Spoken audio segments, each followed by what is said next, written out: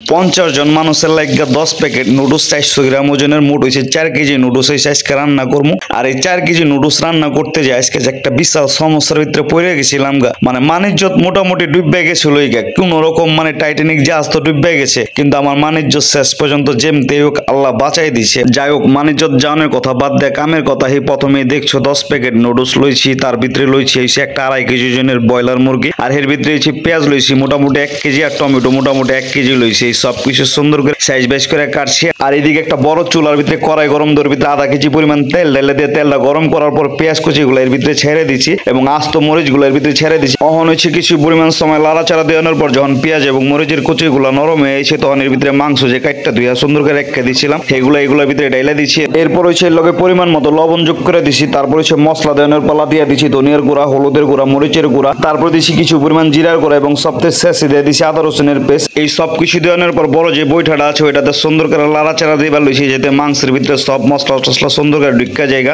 অহন পর্যন্ত কিন্তু কোনো ভেজাল নাই, মানে সবকিছু ঠিকঠাক মতো চলবারই লইছিল। মানে বিষয়টা হচ্ছে পুরো এই রেসিপিটার ভিতরে শেষ পর্যন্ত কোনো সমস্যা হয় না, শুধুমাত্র একটা সমস্যার কারণে পুরো মানিজ্যত জানের পালা হয়ে গেছিল।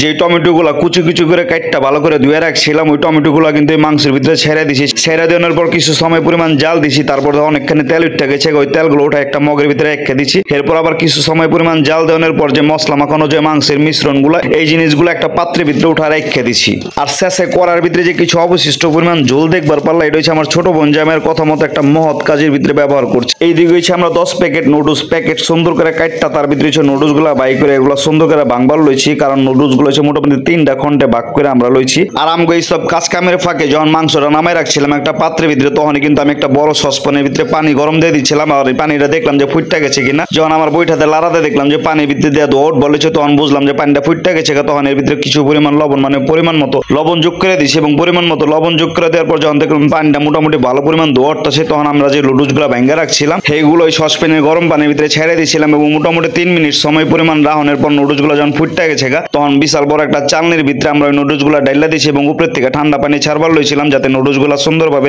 আলাদা আলাদা হয়ে যায়।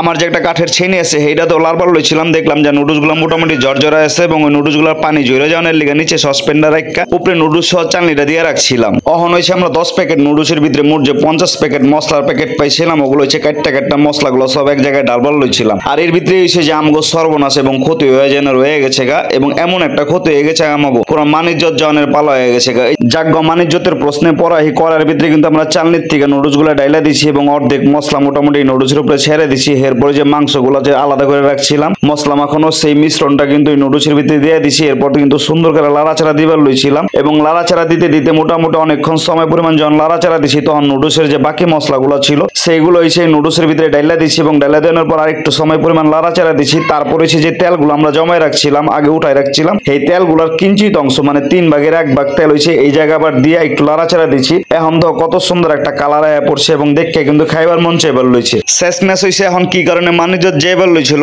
সেই প্রশ্নের ভিতরে এই যে আজকে যে আমরা 50 জন মানুষের লেগে নুডলস রান্নার লইছিলাম এবং নুডলস রান্না শেষ হয়ে গেছে অন এসে প্যাকেট করবার লইছি। এইগুলো এসে মূলত এসে সাভারের ভিতরে যারা প্যাডেল মেরে রিক্সা চালায় মানে পায়ে প্যাডেল মেরে রিক্সা চালায় যেসব রিক্সার ভিতরে কোনো অটো নাইকা এই ধরনের রিক্সাগুলিকে আমরা সেই আয়োজনটা মূলত করছিলাম। আর এই পুরা রেসিপির ভিতরে শুরু থেকে শেষ পর্যন্ত কোনো ধরনের কোনো সমস্যা হয় না, শুধুমাত্র মাঝখানে আমরা যে নুডলসটা রেখে দিয়েছিলাম চালনির উপরে তখন নুডলসটা হালকা হিট ছিল। এই হালকা হিট হয়েছে ঝরঝরা নুডলসটা কি হয়েছে কিছুক্ষণ পরে সে লেতলেত হয়ে গেছে যেই কারণে নুডলসটা একটু পরিমাণ দলা পাকায় গেছিল আর এই জিনিসটা আমাকে মেনটেনেন্স করতে যা বহুত সমস্যা হয়ে গেছে কোনোভাবে আমরা এই নুডলসটা আর ঝরঝরা করবার পারি না।